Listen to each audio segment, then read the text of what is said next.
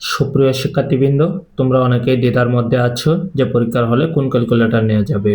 তো ভুল ক্যালকুলেটর নিয়ে গেলে তোমাদের পরীক্ষা বাতিল হতে পারে। তো এ নিয়ে শিক্ষা বোর্ড নতুন তালিকা প্রকাশ করেছে ক্যালকুলেটরের।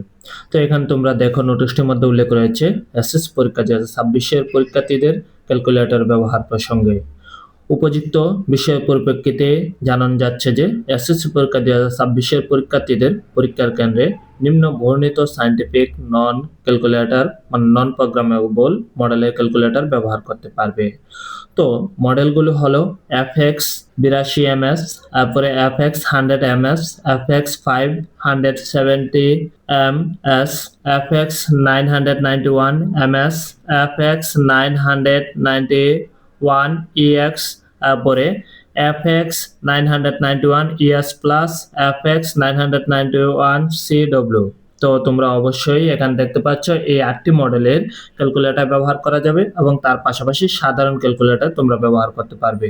তো সুপ্রিয় শিক্ষার্থীবৃন্দ, যদি এই ভিডিওটি দেখে উপকৃত হয়ে থাকো তাহলে অবশ্যই চ্যানেলটি সাবস্ক্রাইব করে রাখবে এবং পাশে আসা বেল আইকনটি বাজিয়ে দিবে পরবর্তী বিভিন্ন নোটিশ এবং পরীক্ষার সাজেশন ও প্রশ্নের সমাধান পাওয়ার জন্য। তো সুপ্রিয় শিক্ষার্থীবৃন্দ, তোমাদের জন্য দোয়া ও শুভকামনা রইল। আল্লাহ হাফেজ।